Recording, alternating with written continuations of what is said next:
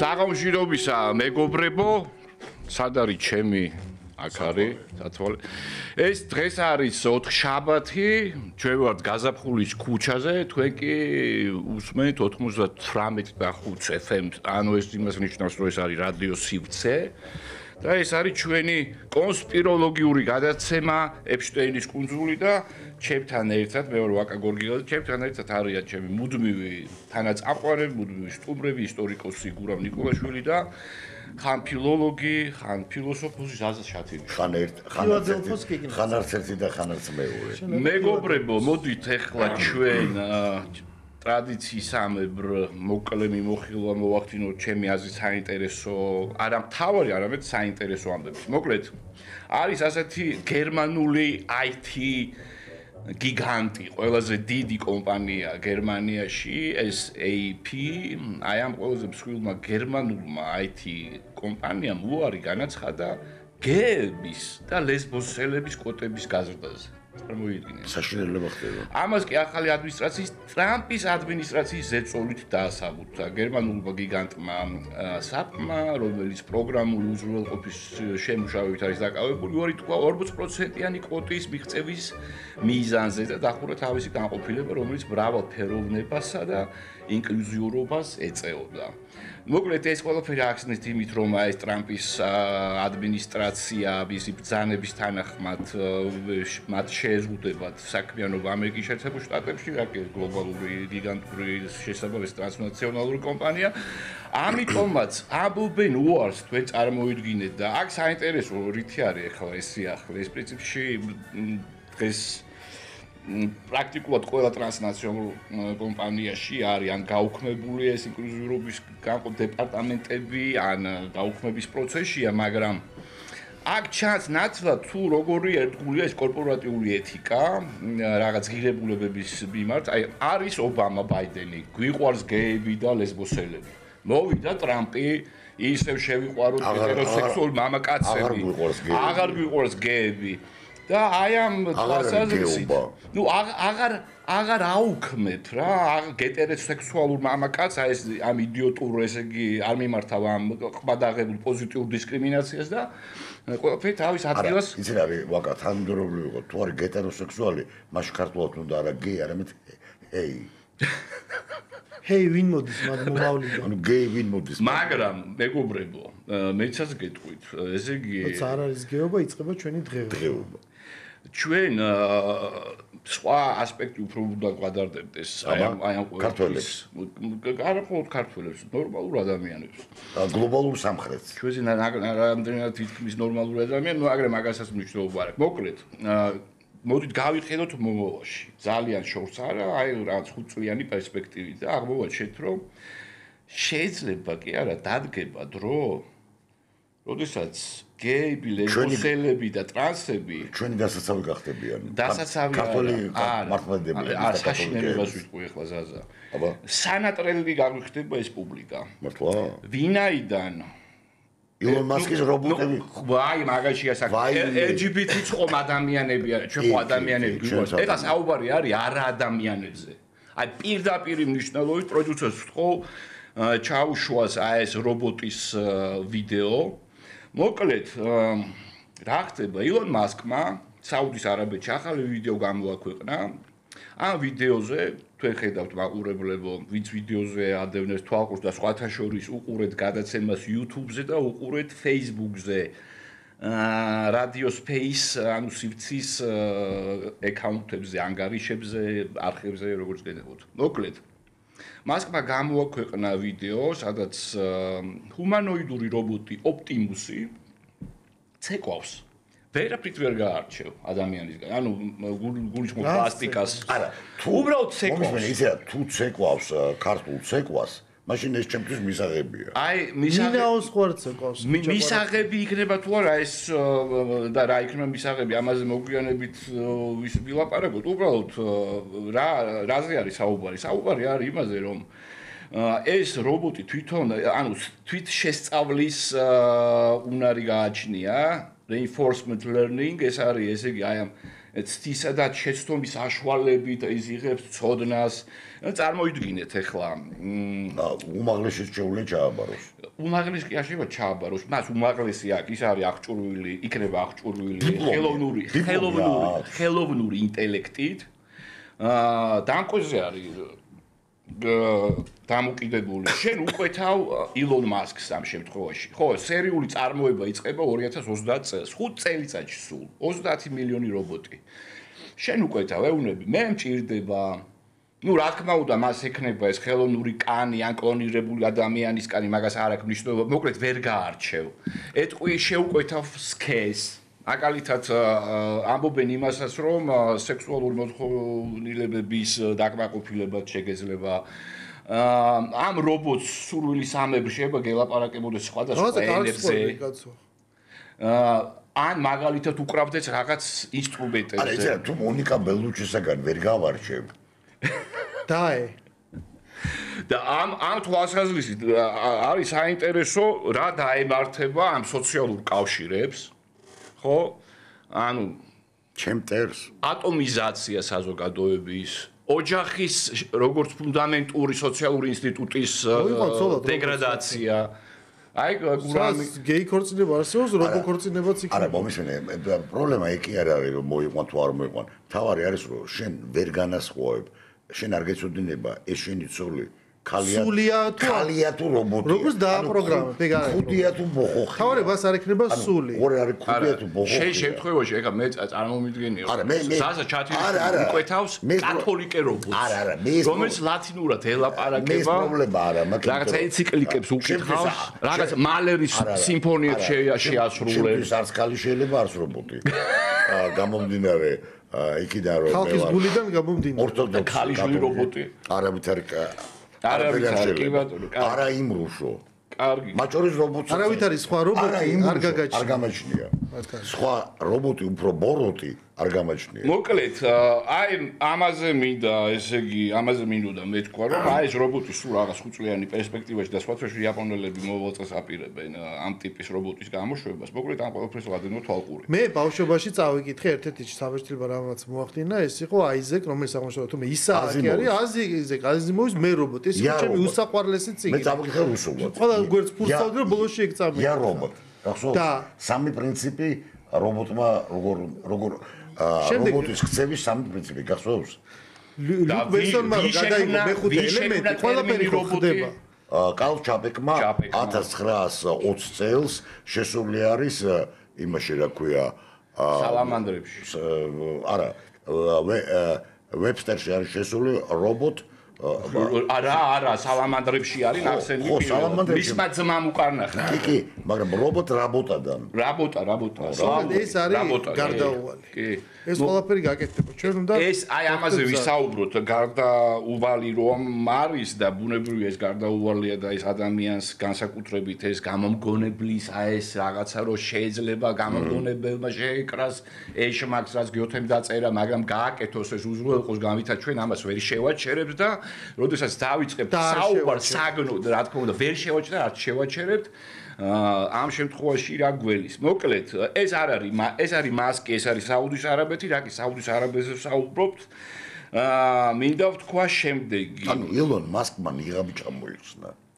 მოკლედ, ტრამპი შეხვდა ბინ სალმანს, ეს არის პრინცი, ფაქტობრივი მმართველი საუდის არაბეთის და ну, იქ რაღაც ტრიუმფალური შეხვედრები გაიმართა, მოკლედ 600 მილიარდიანი კონტრაქტები, მაგ საუდის არაბეთი ყიდულობს შეარაღებას, პენტაგონთან შესაბამისი კონტრაქტები ენერგეტიკაზე და ასე შემდეგ და მინდა ჩაუშვათ ვიდეო, სადაც მიმართავს ბინ სალმანს ჩვენი დონალდ ტრამპი. აბა მოусმინეთ აიღეთ ეს აღულები. I want to thank His Royal Highness the Crown Prince for incredible introduction. He's an incredible man. Known him a long time now. ეს ამბავის პარსული. There's nobody like him. მოკლედ ტრამპი ამბობს, რომ ეს არის არაჩვეულებრივი ადამიანი. მე ასეთ მეორე ადამიანს ის ალმასი რომ ეს არის აი გადასარევი ადამიანი და ასე შემდეგ. ეხლა რატომ ვამახვილებ ყურადღებას და აქაც ღირებულებით საკითხებს ვეხებით. აი ნახე. ჟურნალისტების ახსენება ხო არ გინდა? ბინ სალმანმა ჯერ კიდევ რაღაც 7 წლის წინ 2018 წელს თქვენ იცით რომ ამას მე კი არ ვამბობ, ამას ამბობდა ამერიკული პრესა, სწორედ ამერიკულ მედიაში ატყდა ამბავი და მე თელმა სოფლიო მედიამ აიტეხა.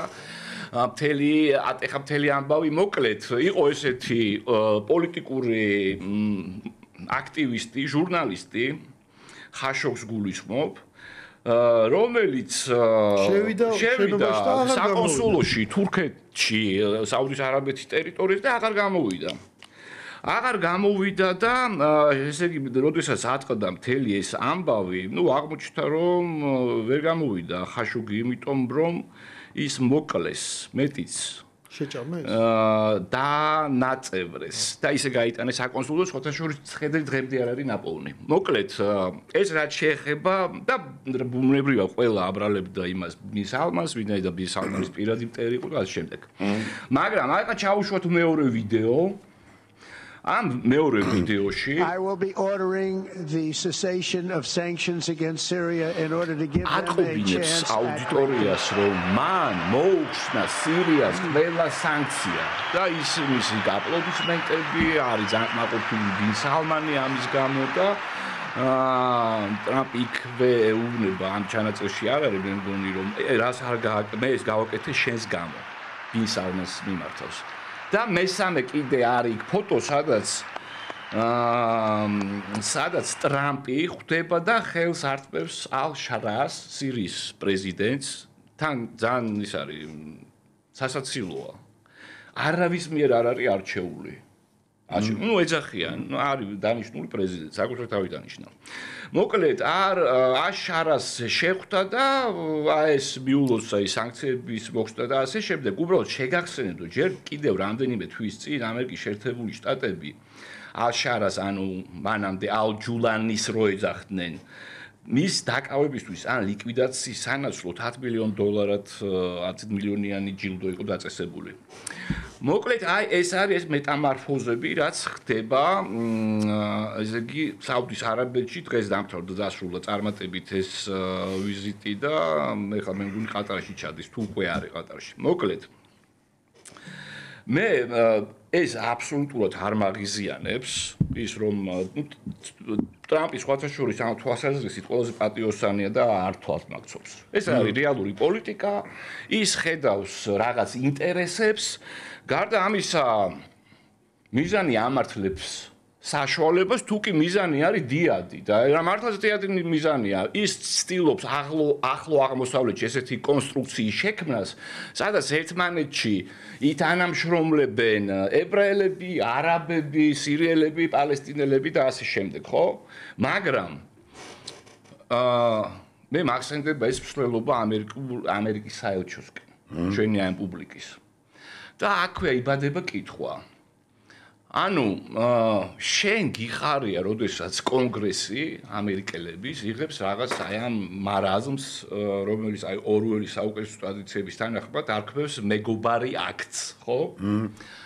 და ამბობ რომ აი ეს რაღაცა ღირებულებები რაღაცა ჩვენ მივესალმეთ ჩვენს მეგობარს, ვინაიდან იცავს ამ უმრავლესობის მოსახლეობის ინტერესებს და მის დემოკრატიულ ღირებულებებზე არის საუბარი, როდესაც კიდევ ერთხელ ვამბობ, ბინ სალმანი არის ადანაშაულებდა მთელი მსოფლიო პრესა მკვლელობაში. გარდა ამისა, საუდის არაბეთი ეს ხო აბსოლუტური მონარქია, ეს ხო თეოკრატიული მონარქია. 2 წლის წინ ქალებმა მიიღეს ეს რაღაცა მართვის უფლება პირველად ისტორიაში. მეორე ჯერ 2-3 წლის წინ ეს კაცი ბაშარზე მაქვს საუბარი აჭრიდა თავებს სხვადასხვა იქ სირიელებს, ქრისტიანებს და ასე შემდეგ და ასე შემდეგ, ხო? მოუხსნა სანქციები. დაპირდა სტიმულებს სხვადასხვა ინვესტიციებს, პირდება, ესე იგი, ბრწყინვალე მომავალს. აი რა მორალია, რა ღირებულებებით ხელმძღვანელობს ეს პუბლიკა, როდესაც ამერიკელებს უხდის მადლობას იმაში, რომ ისინი საკუთარი ქვეყნის წინააღმდეგ დააწესეს სანქციები დემოკრატიული ნორმების დარღვევისთვის თურმე. და როდესაც ჩადის პრეზიდენტი და ვისაც არც ბევრს ხელს, აღარ გავიმეორებ, ხო? შემდეგი ხوارსავს ორი რუსეთი. აქაც არსებობს ორი ამერიკა. ეს არის ტრამპისეული ამერიკა, რომელიც არ გვიყვარს, მაგრამ დროებით მის ქვეშ არის. და არის ჭეშმარიტი ამერიკა, ლიბერალური ამერიკა, რომელიც უნდა დაბრუნდეს. ამიტომაც ხოთაშორის არც ერთ ქვეყანაში ამერიკის საელჩო ისე არ დუმს, საგანმანათლებლო პოსტებს მაინდებს ხოლმე, ხოთაშორის მოსკოვშიც კი ამერიკის საელჩო როგორც ჩვენთან.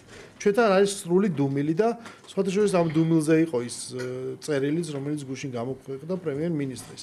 და აქ ჩვენთან დიდი ხანია, რომ ჩვენ ცხოვრობთ უკვე განსხვავებულ რეალობაში, სადაც წარსულის წესები და კანონები რაღაცა მართავენ ინერციით მთელ პროცესს და საერთოდ არანაირი შეხება აღარ აქვს იმ გლობალურ პროცესებთან, რაც მიდის სოფლიოში. და სადაც შენ ახლა მორალურ ასპექტს შეეხე, ხო, ამ ნაწილის და ამ საკითხის. სადაც გარდა ამის ამ ყოველთვის უკან დგას ძალიან ცივსისხლიანი, ძალიან კარგად დათვლილი ეკონომიკური საკითხები. 1 ტრილიონი პირდაპირ დააწესან ტრამპმა და პირდაპირ ლაპარაკება, რომ ვალდებულება აიღოს, რომ უნდა ჩაიდოს ამერიკაში. 150 მილიარდი სამხედრო შეიარაღებაზე უკვე გააფორმა კონტრაქტი. ეს იარაღი ხო უნდა დაიხარჯოს სადღაც, ხო? და ბოლოს აღმოსავლეთი კიდე კონფლიქტების კერა. ბიზნესი რომელიც წაყვა თან ტრამპს. ანუ მე უბრალოდ აქ ამოვიღე დაახლოებით 10-მდე გვარი. გარდა იმისა, რომ ცხადია ელონ მასკი წაყვა და რაზეც ილაპარაკე რობოტებზე, ხელოვნური ინტელექტის სემ ალტმანი, Amazon-ის CEO Andy Jassy, General Electric, Boeing-ი და Miami-ის მერი, რომელიც ელოდება დანიშნოს. და აქ საინტერესოა რა თქმა უნდა ორი ადამიანი. ეს არის ბატონი Larry Fink და Steven Schwarzman-ი, BlackRock-ი და Blackstone-ი. ანუ ის რო აქ რაღაცა იყო გაყოფა, იქ რო რაღაცა სიტყვაზე ჩვენთან იყო დახმარება ტერმინი deep state-ის ეგრეთ წოდებული rebranding-ი, ხო? ეს ბუნებრივია, რომ ესე მოხდება ახალი ეკონომიკური ინტერესების ქვეშ. და რაც თავარია საბოლოოდ უნდა სანამ დავასრულებ, გავიხსენო ის სკანდალი, რომელიც ეხაც მიმდინარეობს, თორე რომ ტრამპი ჩავიდა საუდის არაბეთში, გადავა კატარში, შემდეგ გადავა გაერთიანებულ ემირატებში. აქვე ცოტა ხნის წინ გავრცელდა, რომ პუტინს შეუთვალა, რომ აი ხარ სტამბულში თან მოლაპარაკები მიდის, რომ მე ჩამოვალ სტამბულში, თუ შენც ჩამოყვალ და მზად ვარ შეგხვდე. მაგრამ შეიძლება ჩახვიდე სტამბულში, მაგრამ მე არ აღმოჩნდე სტამბულში. და ამიტომ წინასწარ შეუთვალა, მე ახლოს. ანუ ტრამპი იქვე არის სიახლოვეში იმისათვის, რომ საჭირო მომენტია, ნუ ის მზად არის, რომ გადავიდეს და რაც თავარია, მან გარდა იმისა, რომ აი ამ იმაში, რა ქვია, ამ ადგილას ჩადის, კონფლიქტი ისა სკანდალი აგორდა იმაში, რომ მან თქვა, რომ ყატარი აძლევს ახალ თვითფრინავს აბსოლუტურად ლუქს კლასის და შიგნით მოწყობილ მას უყვარს ესეთი მდიდრული აპარტამენტები. რამდენი 400 მილიონი დოლარი. 400 მილიონი ის მარტო თვითფრინავი, მან თქვა, რომ ამას მივიღებ, რა თქმა უნდა, უბრალოდ იქნება ამერიკის Air Force 1. ხო? ანუ ამერიკის ნომერი 1 თვითმფრინავი საპრეზიდენტო გადაეცემა, ანუ კაცმა არის ამასობაში შეიქმნება ყოველ შემთხვევაში ის ამით იფრეს, მაგრამ კიდევ ლაპარაკი არის გოლფ კორსზე და სერიოზულ ფულზია იქ ლაპარაკი, რომელიც შესაძლოა ყატარის ურთიერთობებს ევროპასთან, რომელიც ჯერ კიდევ ევროპის ჩემპიონის, სოფლიო ჩემპიონატის ჩატარებიდან მომდინარეობს და ძალიან ბევრი სკანდალი და ყატარ გეიტი დღემდე მიმდინარეობს ევროპაში, მაგრამ ეს არხები ურთიერთობა ევროპისა და ყატარის არსებობდა, აი მარხებმა შეიძლება ითქვას, რომ მარხების გავლით კატარმა მოახერხა ის, რაც ხმებმა ვერ მოახერხეს, დაჭირდა ამას უკრაინის ევროპულ სცენარზე დათანხმება მოხდა კატარის გავლით. ტრამპი არის აბსოლუტურად ბედნიერი, იღებს იქიდან ეს იმყოფება მისთვის ძალიან ორგანულ გარემოში, ამ კორპორატიულში, სადაც არსებობს ერთმართველობა და ადვილად მიიღება გადაწყვეტილებები, მას ყავს საყვანილი მთელი მსხვილი ბიზნესი, ის არის ბედნიერი, იღებს ამ საჩუქრებს, იღებს ამ გარიგებებს და ყოველ შემთხვევაში შემდეგ უკვე ვნახოთ აქედან რა გამოვა, იმიტომ რომ აქამდე ყოველ შემთხვევაში ყველა დაანონსა ჯერჯერობით არაფერი არ შესწორდა. ყველა თემას შევეხებით ჩვენ. რა თქმა უნდა, კიდევ ერთი ნიუსი, პროდიუსერს ხო ჩვენი ურსულა ფონ დერ ლაინი, მოკლედ გაიმართა სასამართლო პროცესი და ფონ დერ ლაინმა ეს სასამართლო პროცესი წააგო. ესე კი რა არის საგანი? თქვენ იცით რომ ფონ დერ ლაინმა გააფორმა მრავალ მილიარდიანი გარიგება Pfizer-თან. ოღონდ პრობლემა არის ის, რომ ჩანაწერები არ არსებობს. არც შეტყობინებები, არც ჩანაწერები, არც მესამე პირი ესწრებოდა ამ გარიგებას. და მოკლედ გაამტყუნა ფონ დერ ლაინი სასამართლომ, თუმცა რას აკეთებს ფონ დერ ლაინი?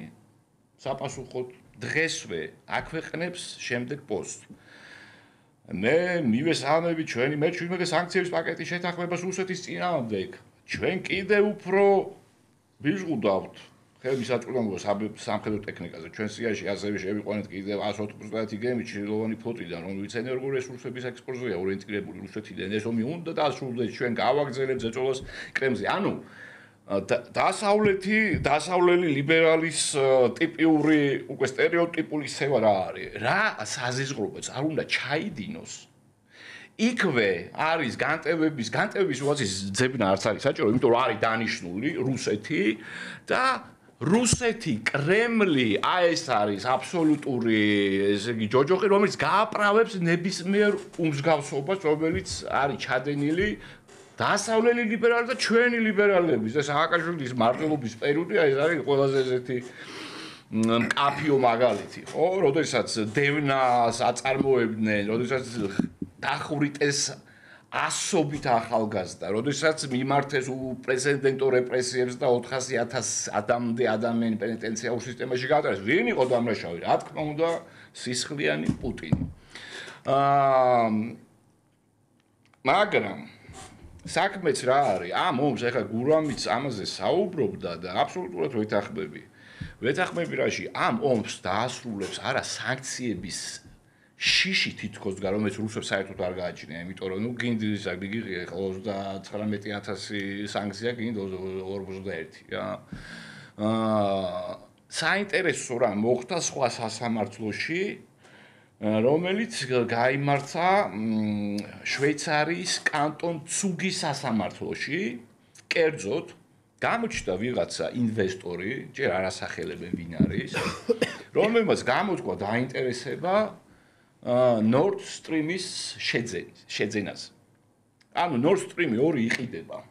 სასამართლო ხა სწავლობს, რამდენად მართლებულია, რამდენად სანდო ეს ინვესტორი. ანუ ნახეთ რა ხდება.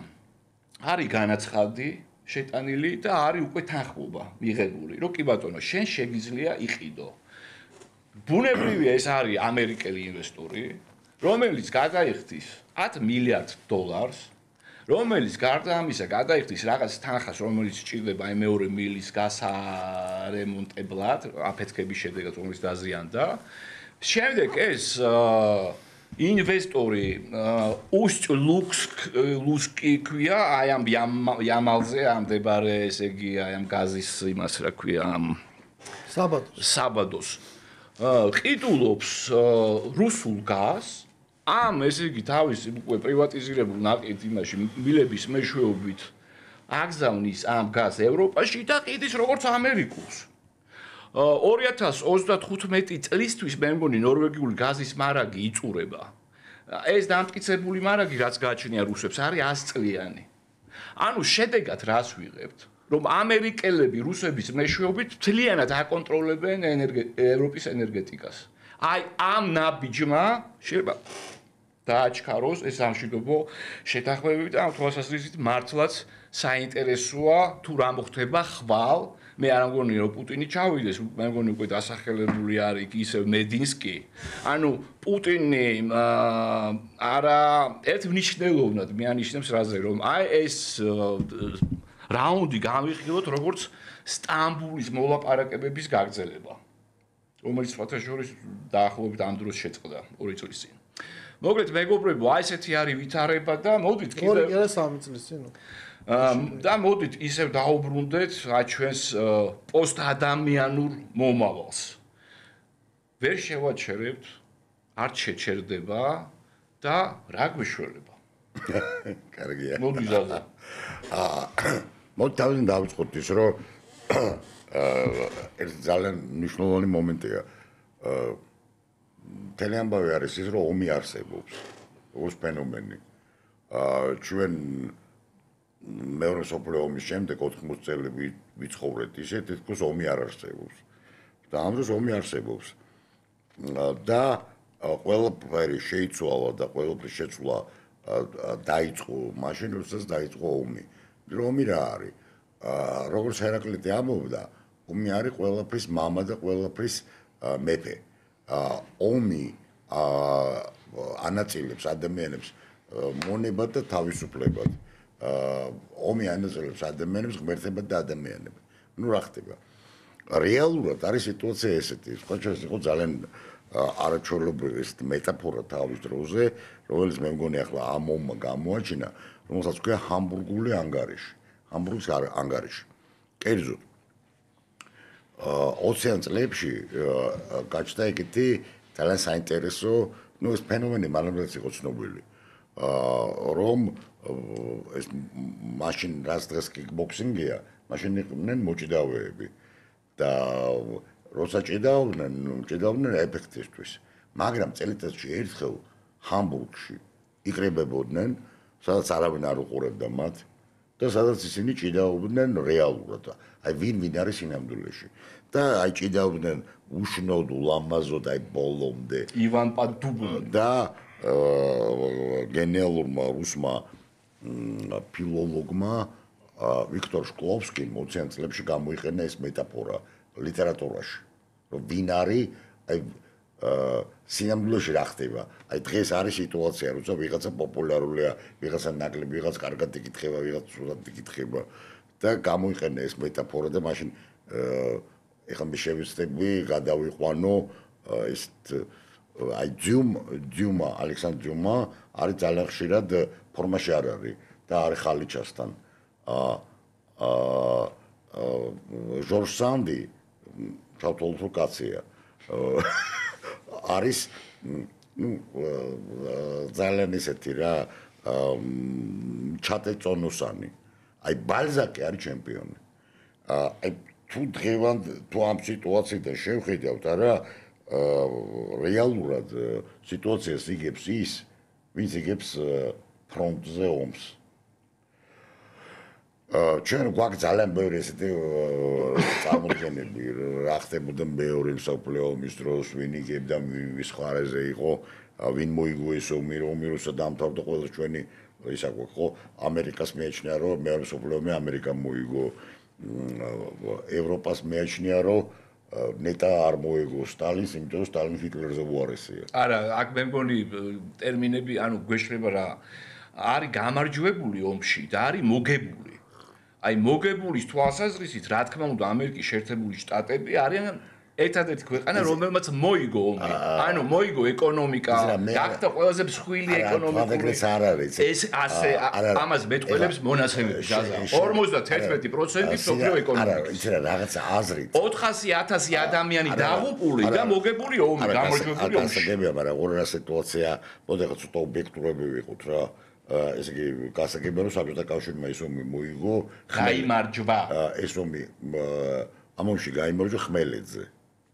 მაგრამ მეორე მომენტია, როცა ტრამპი ამბობს, რომ მეც გავიმარჯვე, არამედ მოვიგე.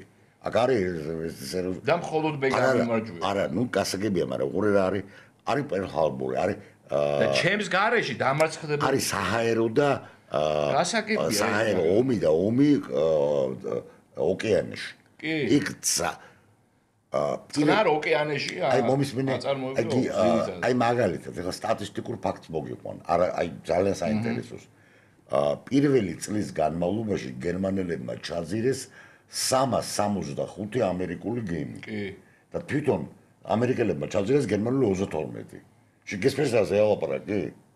ანუ ეს გერმანული ეს მანქანა იყო გამაოგნებელი. მე დღემდე არ მესმის საბჭოთა კავშირმა როგორ მოიგო ეს მომენტი რომ რეალურად გერმანიამ გააერთიანა მთელი ევროპული ეკონომიკა. და მთელი აი საუკეთესო მაგაშია საქმე რომ ლენდლიზის გარეშე მე აფლად არ ვეთანხმები, მაგრამ ბევრი ისტორიკოსის და ეკონომისტის მოსაზრებით ვერ გაიმარჯვებს. ლენდლიზი ძალიან მნიშვნელოვანია, მაგრამ იგებს ჯარი იგებს ომს, იგებს სახმელეთო. კარგი, ამასთან ამ უკრაინულ კონფლიქტთან დაკავშირებით რა რისი თქმა კი რატომ მოყავს ეს ისტორიული პარალელები და ისტორიული პარალელები იმიტომ მომყავს რომ ჯერ ერთი ესე იგი ეს იყო ვერც ერთმა პოლიტოლოგმა ვერ შეძლო პროგნოზირება. ყველა მიცოდა რომ ომი შესაძლებელია, მაგრამ აი ვერ მოძებნით, ვერ აი შეეცადეთ, ვერავინ ვერ შეძლო პროგნოზირება იმის რომ ეს იქნებოდა 4 წლიანი ომი, სადაც ტიპოლოგიურად იქნებოდა პირველი მსოფლიო ომის სიტუაცია. ანუ რასაც ქვია პოზიციური ომი. არ არსებობს ესეთი არც ერთი სამხედრო ექსპერტი, არც ერთი კი ბატონო და რომელიც ამას შემდეგ და საბოლოოდ აღმოჩნდა რომ ომს იგებს ის ვისი ჯარისკაცი როცა რეალურად როცა შენ პუტინმა გამოცხადდა ახლა რიცხვები დაახლოებით რაც არ უნდა ახლა ვილაპარაკოთ რეალურად ეს რეალური რიცხვებია ყოველ თვეში რუსულ ჯარში მიდის 50000-დან 60000-მდე მეომარი რომელიც ხელს აწერს ამას და არ ხდება მისი ძალადობრივი მობილიზაცია და უკრაინაში ძალადობრივი მობილიზაციით მიდის 30000 ადამიანი ანუ როდესაც 2022 წლის შემოდგომაზე ოქტომბერში რუსებმა ეს ომი გადაიყვანეს პოზიციურ ომში რაზე დადგა ყველაფერი ვის მეტი რესურსი აქვს რა თქმა უნდა ვის შეუძლია მობილიზაცია და ვის აქვს ეგრეთ წოდებული VPK ანუ თავის დროზე ამას ერქვა ქართულად военно-промышленный комплекс მაშინ ამას ერქვა ქართულ ენაზე სამხედრო სამხედრო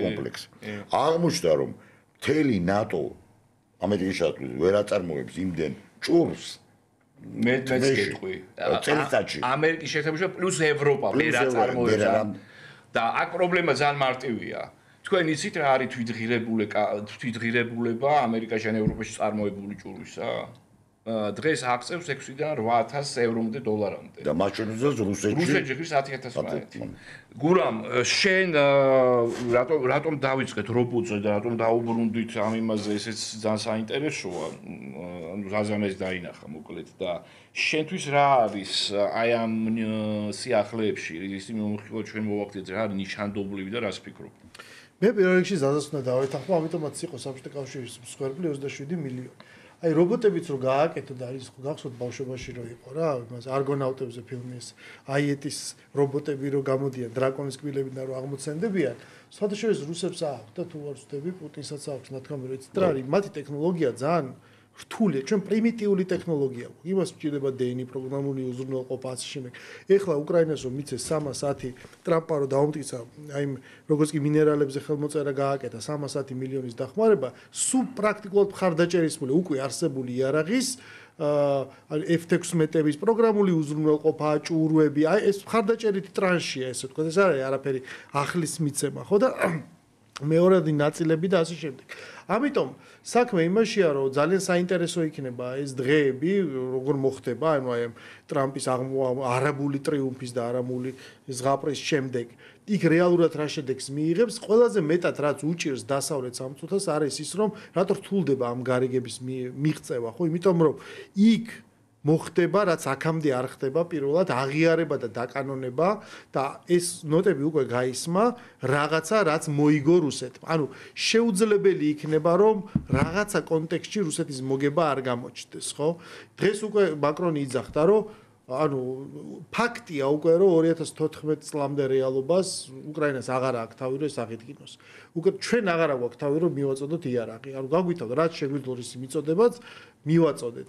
და რომ უკრაინა ვერ გახდება გერმანიას იგივე. ანუ ერთის მხრივ ეს არის რიტორიკა რომ ჩვენ ხარს უჭერთ უკრაინას, მაგრამ თანათანობით ხდება ამის აღიარება, მით უმეტეს ერთი არის რა გამოდის გარეთ ინფორმაცია და რა ჩვენ შეიძლება წავიკითხოს ტრიქონებს შორის და მის უკან. და რომ პრაქტიკულად ჩვენ გვაქვს ამერიკული ულტიმატუმი, რომ იცი რა არის მე ან მიაღწევ შეთანხმებას, ხო, ან მე გავდივდით, მე ეს ომი არ მჭირდება რა. და ჩემთვის სულ ერთია იქ-სად გაივლის საზღვარი, იმიტომ რომ მე მას ურჩევნია. ამერიკა ამ შემთხვევაში ეს სადამ სწორად თქვა, რომ ამერიკა აღმოჩნდა მოგებული, ხო, იმიტომ რომ ამ შემთხვევაში ამერიკა ზუსტად როგორც მაშინ წაიღო ნახევარი გერმანია, ასე წაიღებს ახლა და კაბალური ხელშეკრულებით ხავს დაჭერილი ის რაც გადარჩება და მას ურჩევნია რაღაც ქვეყანა გადარჩეს, სახელად უკრაინა, რომელიც აი ესე ექნება ამ რაღაც კონტრაქტით დაჭერილი და მასზე იქნება დამოკიდებული, ვიდრე არა, თუ არა, ამის ერთადერთი ალტერნატივა არის ის, რომ მაშინ ეს არის ჩუმი თანხმობა, რომ ის 27 მილიონს კიდე გამონახავს რუსეთი რა.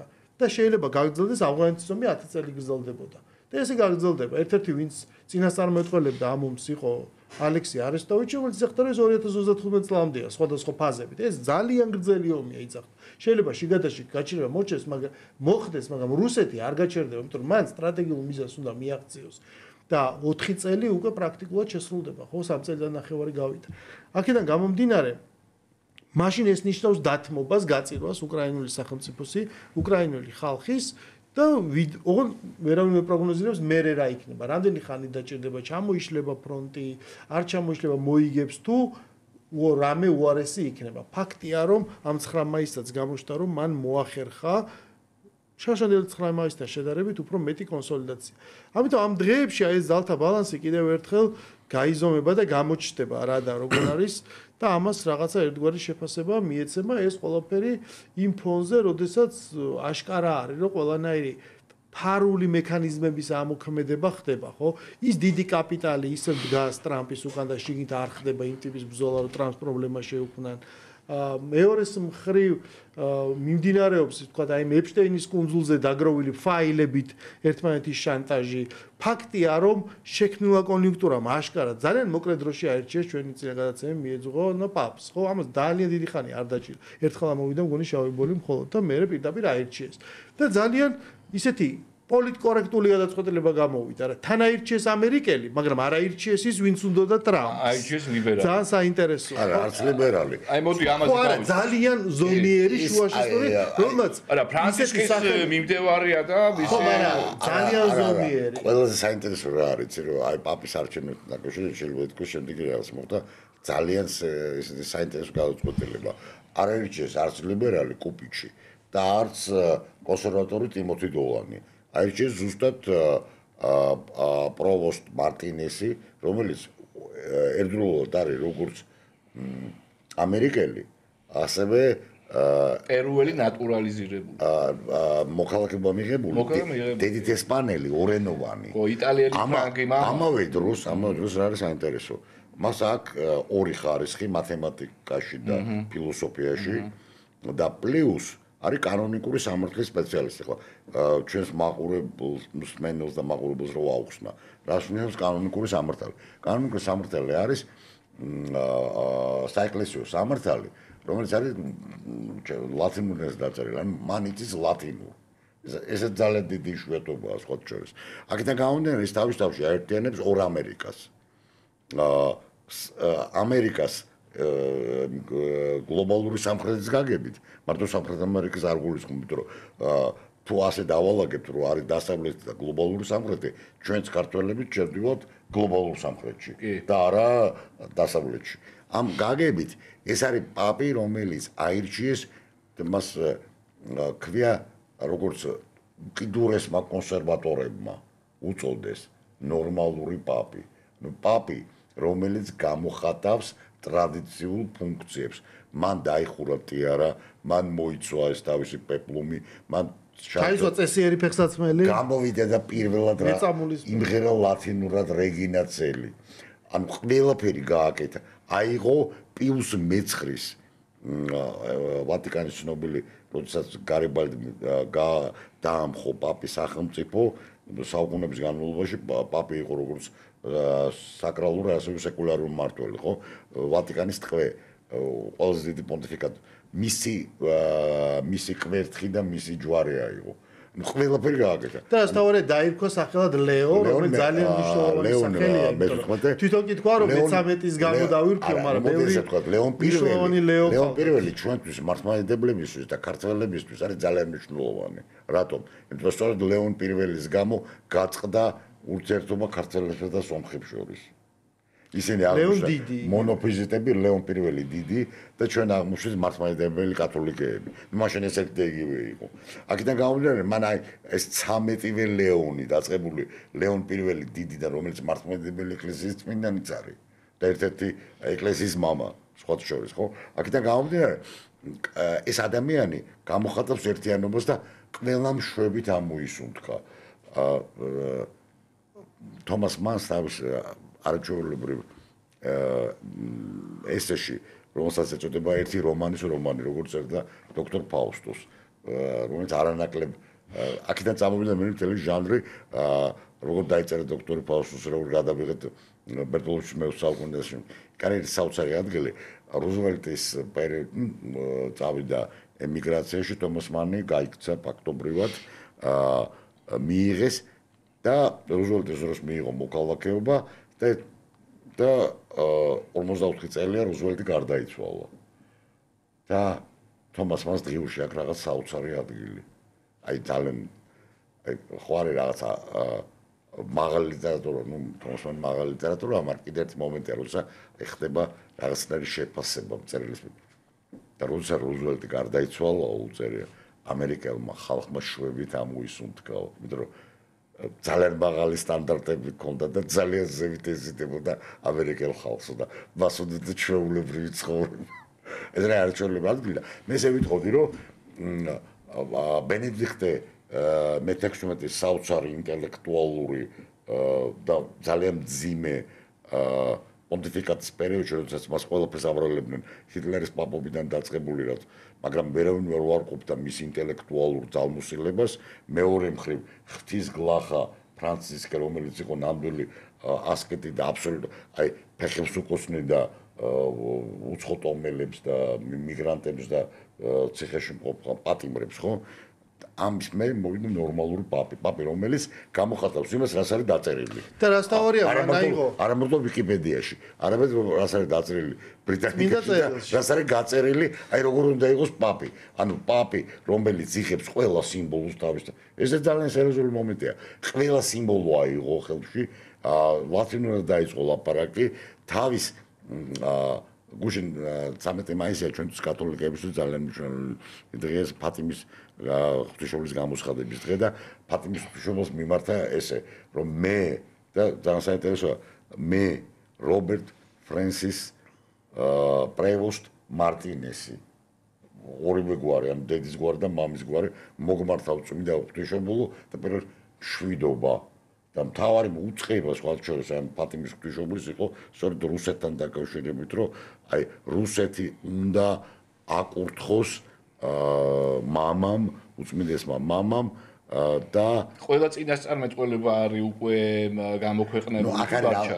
მოდი ესე ვთქვათ, მე ამას მთელი გადაცემა მქონდა მთელი 4 წელს განმავლობაში ხანმოკლე მე-20 საუკუნე, სადაც სწორედ ფატიმის ჭიტილში განვიხილავდი მე-20 საუკუნეს და ფატიმის უწყებაზე პატარა ესე მაგ დაწერილი ეპისკოპოსის ლოსვაკურთხებით. ძალიან ბევრი სხვადასხვა ინტერპრეტაცია არსებობს, მაგრამ მთავარი მომენტი არის ის, რომ აი გუშინ იყო 13 მაისი.